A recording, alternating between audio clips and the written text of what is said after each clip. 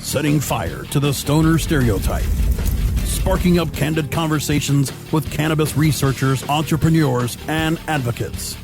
Educator, author, and advocate Dr. Mitch Earleywine is here to tackle the burning issues. CannabisRadio.com presents a no-holds-barred platform that seeks to redefine and revolutionize the entire scope of the cannabis culture while opening the door for more to join the cannabis crusade. Please welcome the host of Burning Issues, Dr. Mitch Earleywine.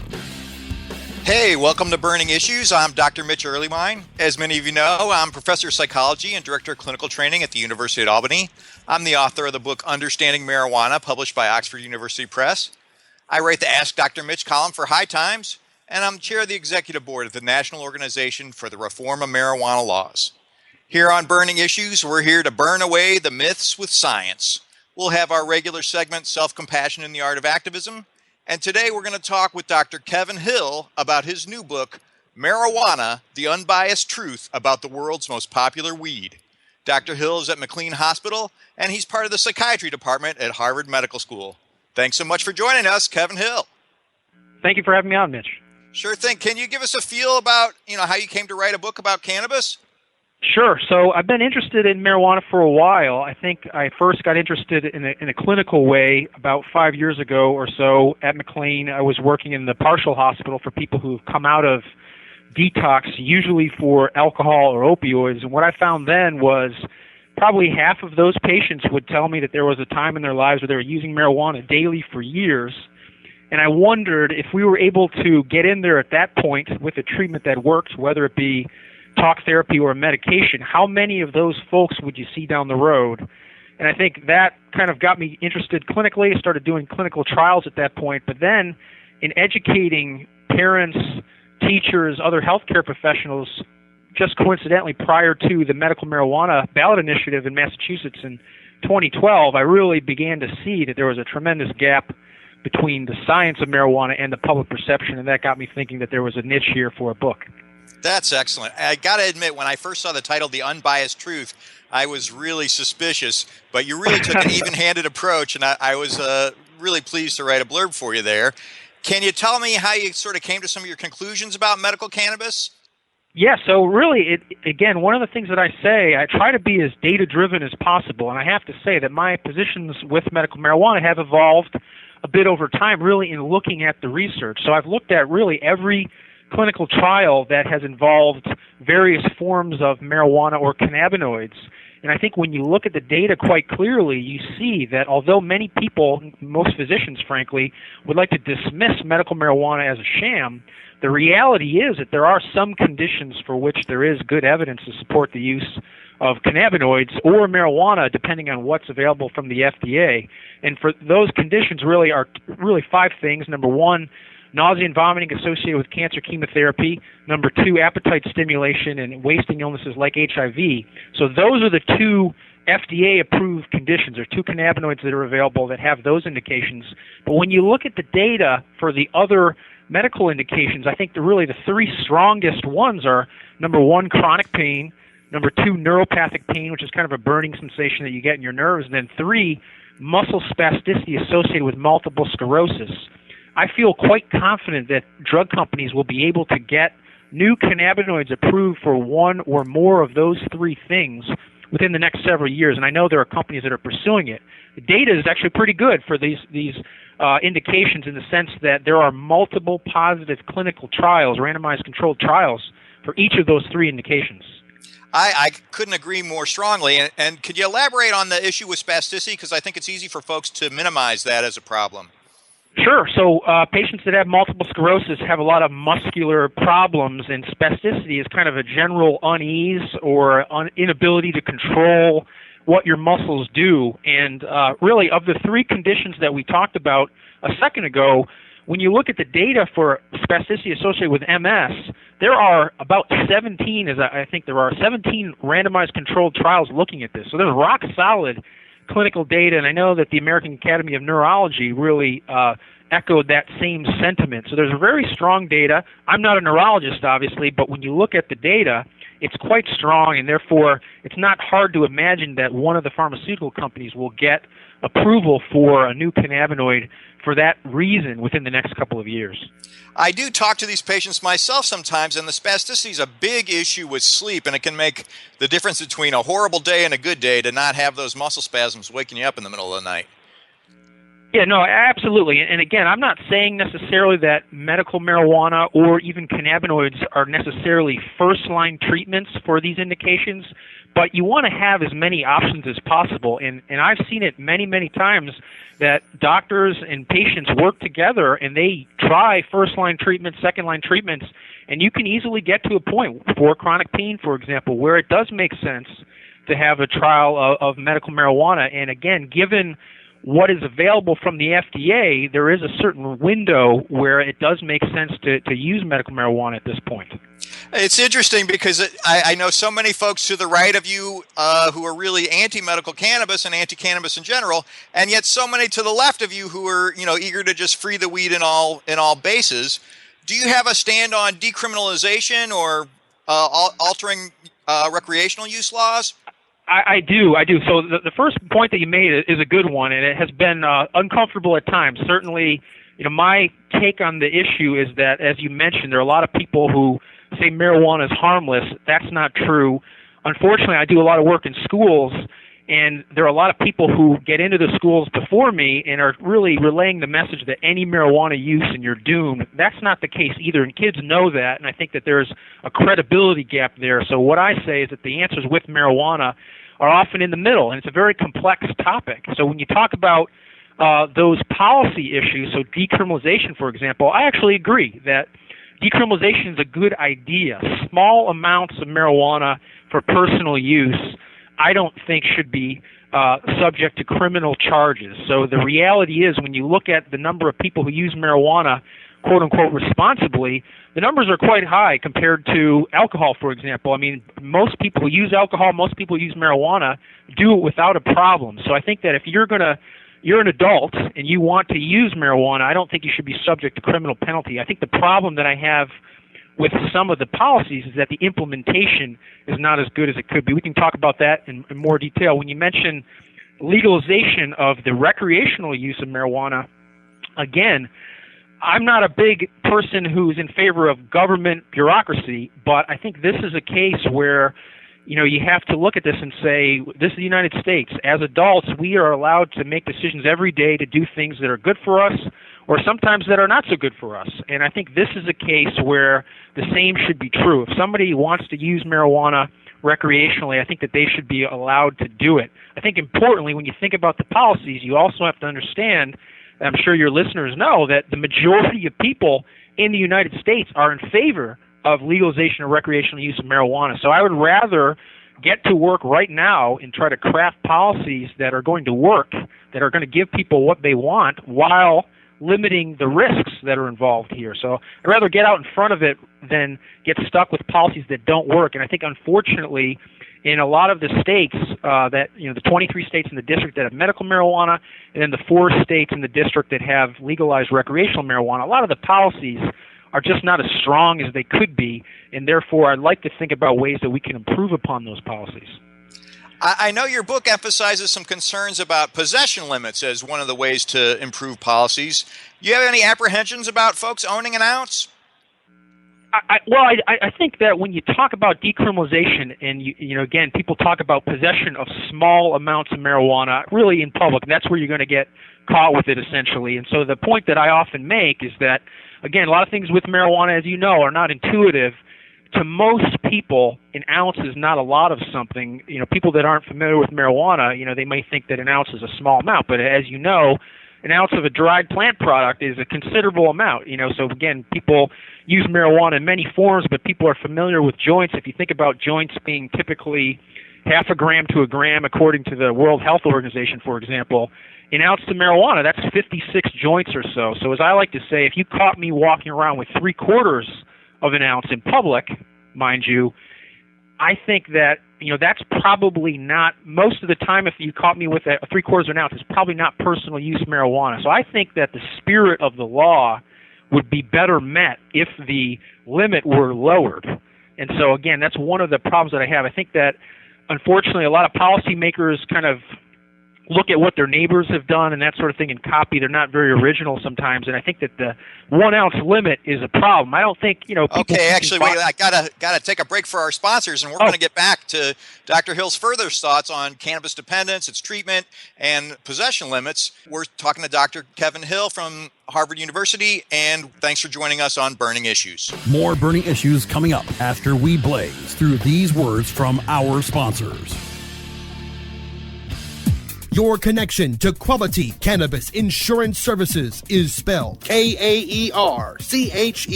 That's Karcher Insurance. We have worked with ventures like Cannabis for over 60 years. We're proud to represent over 50 companies with tailor-made cannabis plans for owners just like you to insure your product, your plants, and your pursuits. Kaercher spells out their full-service insurance services ranging from commercial to bonds, to personal, from life to health, and more. Contact the team at CarcherInsurance.com and let our experience work for you. That's Kaercher Insurance.com.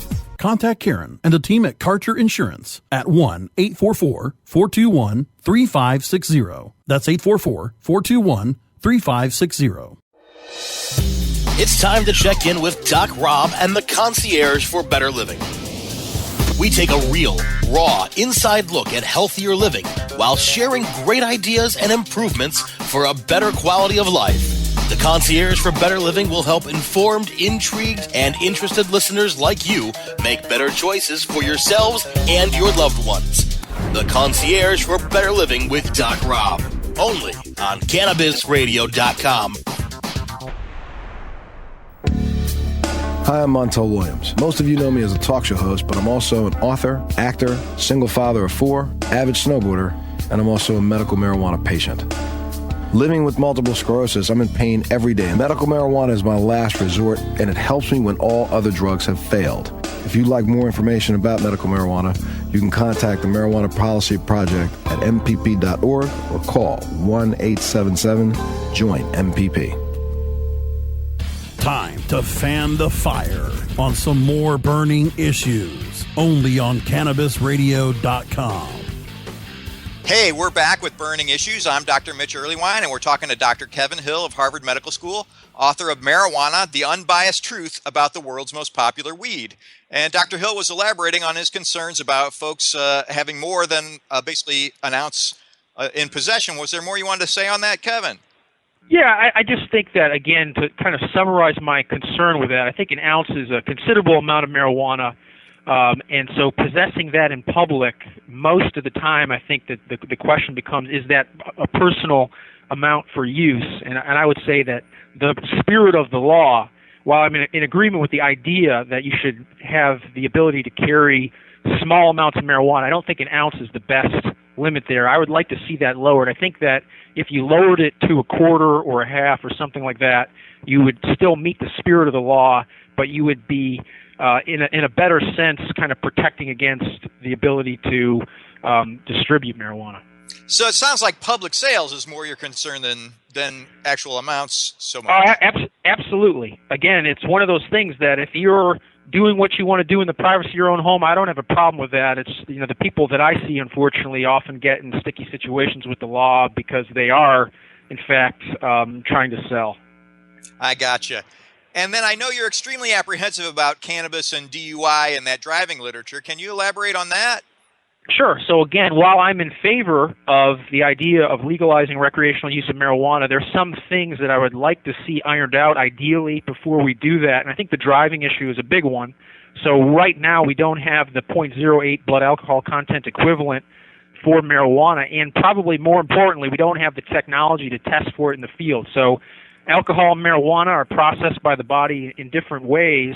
And so while in Colorado they're doing the best they can, they're drawing blood, and they essentially will say that if your blood THC level is above 5 nanograms per ml, then you're impaired. The problem is that if I use marijuana 2 days ago, let's say, a lot of it, I could still have a high level of THC in my blood, and it's not necessarily a good indicator for how impaired I am. So I think that that's kind of an issue. So I think that the sensitivity isn't what it could be in terms of testing. I know that people are very interested in developing breathalyzers. There are multiple companies working on that. Once that is done, I'll feel a lot better about it. But I worry right now about the ability to prosecute people who are driving under the influence. Would you be more comfortable with a roadside sobriety test, much like the ones we have with alcohol, looking at nystagmus or touch your nose or walk a straight line or juggle, whatever it is? Well, that's what we do right now. I think that's a good piece of it. As with anything, I would prefer to have both the roadside test plus the biochemical verification. I think it could be better. I mean, it's hard to make the argument that the test wouldn't be better if you had the equivalent for the breathalyzer. Unfortunately, logistical aspects of drawing blood really are not great, and as we talked about, the pharmacokinetics of marijuana are different, so that makes it difficult. So I do like the idea of testing, as you mentioned, coordination and things of that sort, but I'd like to have a bit more if possible. I think right now the threshold is not great. It's a little bit more difficult to get prosecuted for drug driving than I think it should be. It's certainly more difficult than it is for alcohol right now. I see what you mean. And you've alluded to folks in treatment. Do you feel like there's a subset of folks who actually have marijuana dependence? Absolutely. So, again, I appreciate you asking the question. So this is something that is a sticky issue, really, in talking to really any audience that I talk to. There's no question about it. There are some people, it's about 9% of adults, 16 or 17% of young people who use marijuana and become addicted. Simple definition of addiction, repeated use despite harm. So the people that come in to see me are using usually multiple times a day, every single day, and they have problems with work, school, and relationships. Importantly, though, again, when you look at the numbers, I said 9% of adults, so most people who use marijuana don't have these problems. So I think, again, while I'm worried about more people becoming addicted if you were to legalize marijuana and young people using if you were to legalize marijuana, I think you can't ignore the fact that, like alcohol, most people who use don't have a problem. So I think that you need to think about policy in that way. I think you shouldn't craft your policy based upon what's going to happen for 9% of the population, for example. I think we can do a better job of treating those people or preventing them from becoming addicted while educating people properly about marijuana. I think that's the way to go. A lot of folks are apprehensive about what really qualifies as a symptom. So what do you mean by work, school, and relationships, or how do those have to be troubled in order for it to be considered a symptom? Yep. So again, according to the psychiatric diagnostic manual, the DSM-5, it's a more complicated definition. People need more and more marijuana to get the same effect. You develop that sort of tolerance. You choose to use marijuana as opposed to engaging in certain responsibilities that you have, and that's where kind of the work-school relationship piece comes in. Most people that I see, young people, for example, they are having some problem in one of those spheres that relates to their marijuana use. So they got suspended from school, or they haven't been showing up at work because they're using too much marijuana, or if somebody's a bit older, their wife may threaten to kick them out. So again, those are extremes. It doesn't happen for most people, but it is quite pronounced for some people. And I think that's where the waters get muddied with marijuana, because again, most of the people who use marijuana don't have these issues. They're not really familiar. They may know somebody back in college maybe who they thought used marijuana too much, but in terms of the actual addiction that takes place, not a lot of people are very familiar with it, so it's hard to kind of relate to that, I think. I find that if it's not like heroin with an outrageous withdrawal syndrome and things like that, people don't quite get it. Is that consistent with how you see it? Certainly, things are much more pronounced with other drugs. So you talk about withdrawal, there's no question about it. When people are using opioids like oxycodone or heroin and they stop using abruptly, they're dope sick, as they will talk about. They feel miserable. There is a physical withdrawal with marijuana if you're using enough of it, but it's certainly not to the same degree as you would see with opioids. I also think one of the things that makes it more difficult for people to understand the addiction is because, again, you're probably not going to have these dramatic catastrophes take place to lead you into treatment. So people may rob a CVS to get oxycodone, for example, or they may have a car accident with alcohol or that sort of thing. Those things may be less likely to occur with marijuana. It's usually kind of a longer onset of problems, kind of a culmination of people just not making progress like they'd like to be. Maybe their job's not going like they'd like it to be, or their relationship. So it's not as dramatic usually. So I think it's harder for people to understand that it does exist for, as you mentioned, that subset of people. And then you've alluded to treatment here. Do you have a favorite behavioral intervention for folks who are struggling with marijuana? I do. So in my clinical trials, we've used cognitive behavioral therapy, CBT, pretty effectively for people that use marijuana. It's kind of a tedious treatment, but what it involves is really talking with the patient, when do you use marijuana? What are the situations that you typically will use marijuana? Why are you using it? And they're usually a handful of different scenarios that they describe. And for those scenarios, you want to really get in there and try to understand what's the thought process. And so CBT works. Importantly, though, I want to point out that the data shows that you can use a variety of behavioral treatments for cannabis use disorders, and it's really more about the duration, the length of treatment, and the intensity that matters more so than the type. But I'm partial to CBT because I've used it before, and it seems to work. Well, so it sounds like you're really kind of identifying high-risk situations, being more conscious about use, and essentially try and avoid the negative consequences. Is that a fair summary?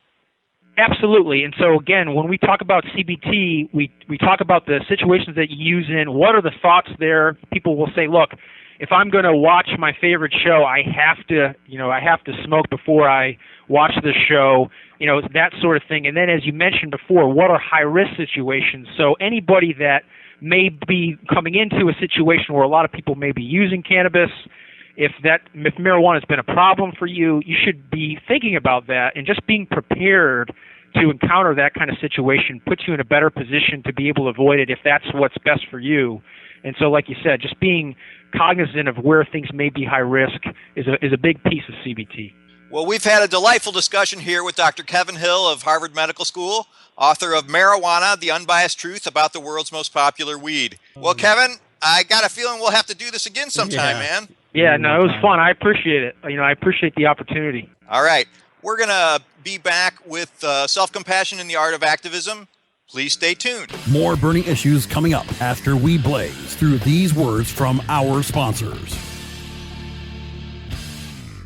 InternetMarketingNinjas.com is the online dojo of the highly trained and skilled Internet Marketing Ninjas. Disavow documents, reconsideration requests, panda and penguin penalties. Let our superior SEO ninjas confront all of your link-related issues. The Internet Marketing Ninjas are equipped to master any marketing exercise, content creation, authorship, link building, PPC, and more.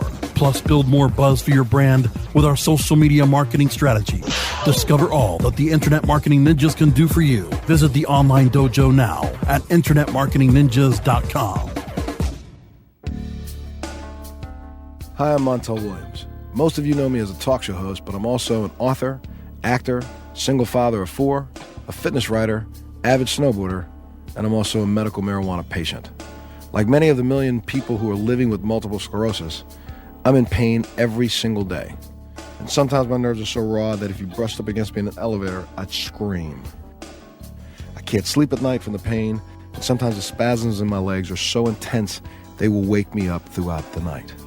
I've tried the strongest prescription medications available, and I'm going to tell you, they do not work. In fact, they leave me in a stupor, and most of the time, it's impossible to even live your life.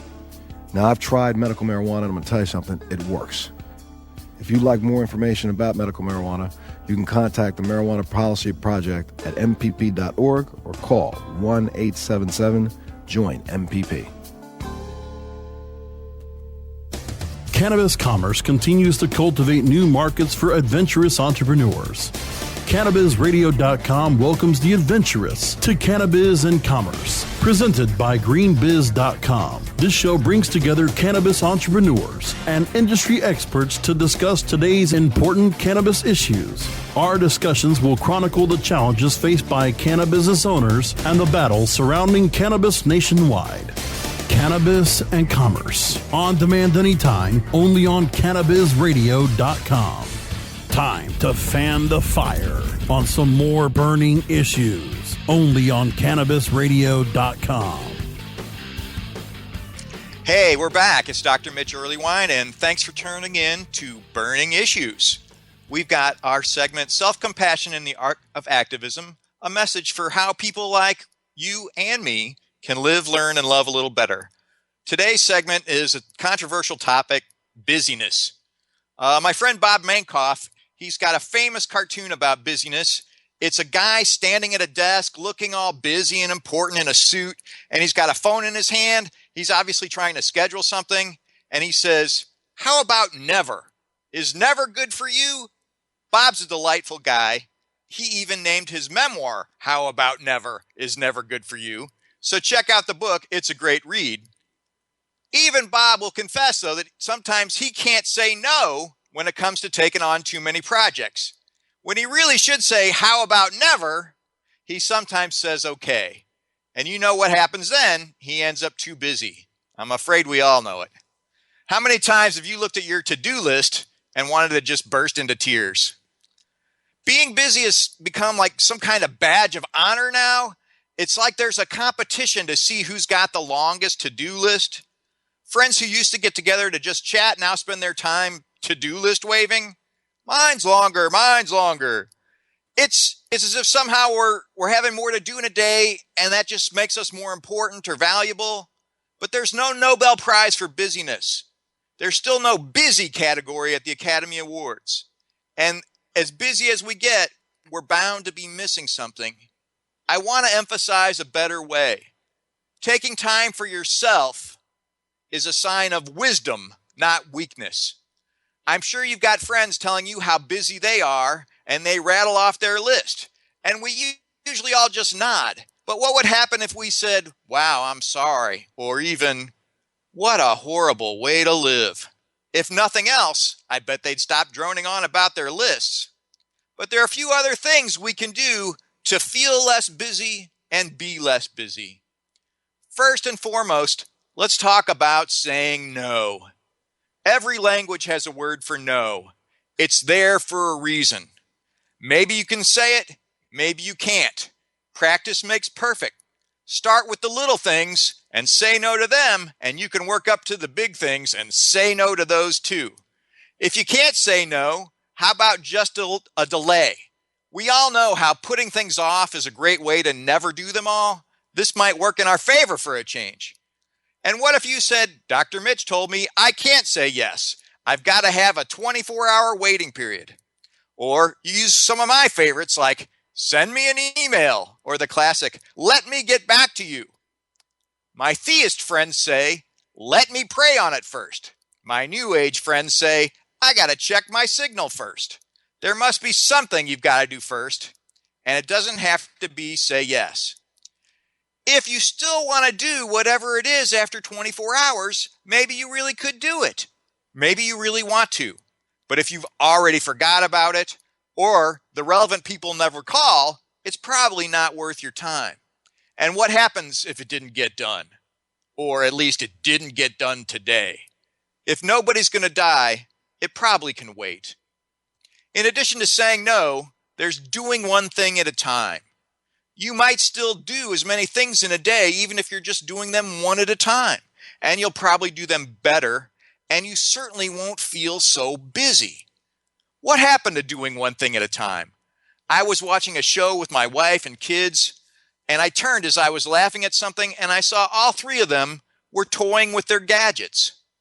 Recent data suggests over a third of people shop on their phones while they're on the toilet. Talk about multitasking and kind of missing out. If you're watching a comedy, eating a salad, and texting, odds are high you're missing the joy of one of them. And if you're driving too, well, then you're probably not going to be listening to us much longer. Now, we got saying no. We got just doing one thing at a time. What else? Delegating. I know it's a bad word, but what can you delegate? I bet you did 2 things today that someone else could have done. So ask someone else to do it. Beg someone else to do it. Pay someone else to do it. Does it really have to be you? If you don't have to do it, why should you? Last but not least, let's stop talking about being busy all the time. How much time does it take? And how busy and stressed And bummed out doesn't make everybody in the conversation really feel. So to set a good example, I'm actually going to shut up about it right now. I'm Dr. Mitch Earleywine. My hearty thanks to producer extraordinaire Brosco and our guest, Dr. Kevin Hill. Thanks so much for joining us on Burning Issues. Follow your heart and let the data be your guide.